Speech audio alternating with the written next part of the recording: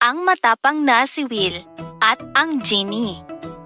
Sa isang magandang nayon na may maraming mga halaman at mababait na mga tao, may isang maliit na batang lalaki sa nayon na may pangalang Will. Siya ay 6 na taong gulang. Siya ay matalino, aktibo at mabait sa kanyang mga kababata. Ang kanyang mga magulang at mga teacher ay palaging ipinagmamalaki ang kanyang mabuting asal at ang kanyang katalinuhan. Si Will ay may matalik na kaibigan na may pangalang Jack. Sina Will at Jack ay laging hinahangaan ng kanilang mga magulang sa kanilang pagkakaibigan.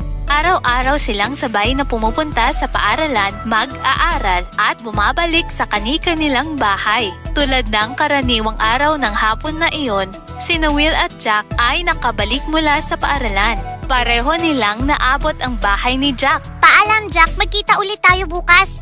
Nagpatuloy sa paglalakad si Will habang humihimig ng kanyang paboritong kanta. Sa kanyang paglalakad pabalik ay may nakita siyang makinang na bagay sa damuhan. Sabik na sabik si Will na malaman kung ano ito at kinuha niya ang makislap na bagay. Ito ay isang magandang lumang lampara. Gusto ni Will na iuwi ang lampara sa kanilang bahay. Umuwi siyang bitbit ang magandang lampara at inilagay niya ito sa mesa. Tulad ng nakasanayan, masayang tinapos ni Will ang kanyang takdang aralin. Natapos niya ang kanyang mga aralin na tuluyang nakalimutan ang tungkol sa lampara.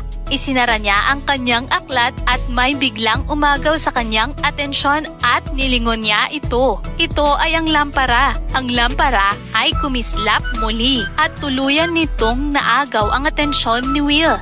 Nilapitan ni Will ang lampara at inobserbahan ang lampara sa lahat ng panig nito. Habang inoobserbahan niya ang lampara, nakuskus ni Will ang mga gilid nito. At dahil dito, may asul na usok na may katawang tao ang lumabas sa lampara. Nagulat si Will na makita ang kakaibang nilalang na lumabas sa lampara. Gulat pa rin si Will sa kanyang nakikita ngunit inusisan niyang mabuti ang nilalang na lumabas. Sa kabilang dako, ang kakaibang nilalang na ito ay malugod at masayang makita si Will. Kumusta, Will? Ako si Ginny. Salamat sa pagbigay mo sa akin ng kalayaan mula sa lampara. Nang mapakinggan niya ang magiliw at mainit na pagbati ni Ginny, si Will ay naging komportableng kaharap ito. Pero siya pa rin ay interesadong malaman kung sino talaga siya. Kumusta Ginny? Ako si Will. Sino ka? Bakit ka nasa loob ng lamparang ito? Si Ginny ay naging tapat at sumagot na, Nanatili ako sa lamparang ito. Ito ang aking bahay.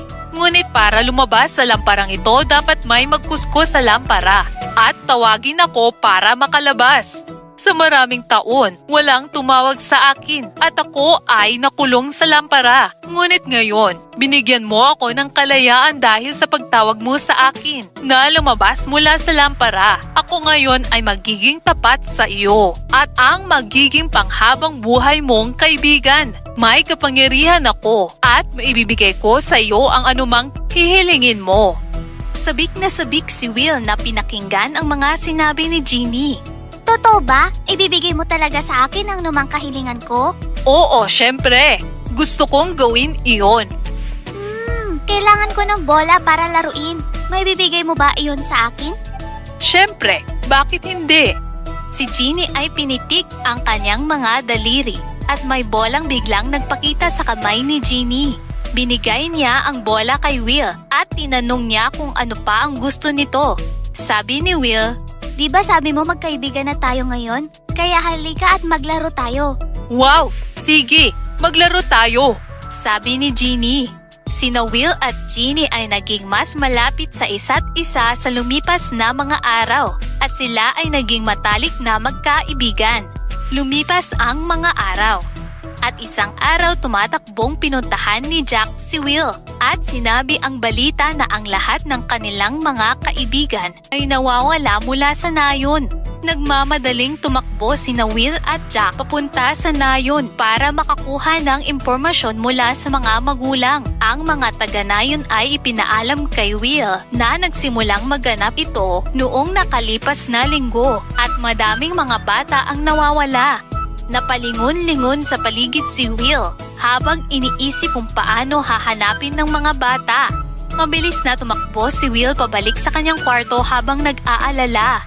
Tinawag niya si Ginny at ibinahagi ang sitwasyon sa kanya at humingi siya ng tulong dito. Nagbigay ng ideya si Ginny kay Will na gamitin ang kanyang kapangyarihan para mahanap ang lokasyon ng mga nawawalang bata. Sinabi ni Ginny kay Will na hanapin ang lokasyon kasama ang kanyang mga kaibigan para masiguro kung ang mga bata ay totoong nandoon.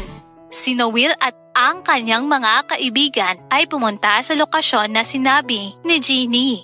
Ito ay isang kuweba na malapit sa nayon at nakita nila ang kanilang mga kaibigan mula sa malayo gamit ang mga binokulo. Bumalik sina Will sa nayon at sinabi niya sa mga taga-nayon ang lokasyon kung saan nila nakita ang kanilang mga kaibigan.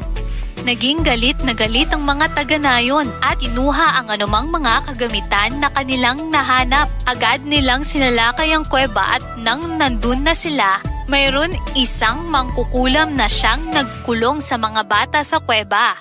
Ang mga galit na taga-nayon ay sinugod ang mangkukulam dahil sa kanyang masamang ginawa. Natakot ang mangkukulam sa galit ng mga taga-nayon at tumakbo siya palayo sa nayon. Tumatakbong niyakap ng mga bata ang kanilang mga magulang at sila'y muling nagsama. Naglakad sila pabalik sa nayon at ang nayon ay muling naging payapa. Si Will at si Ginny ay maligayang nag-apiran pagkatapos ng kanilang tagumpay.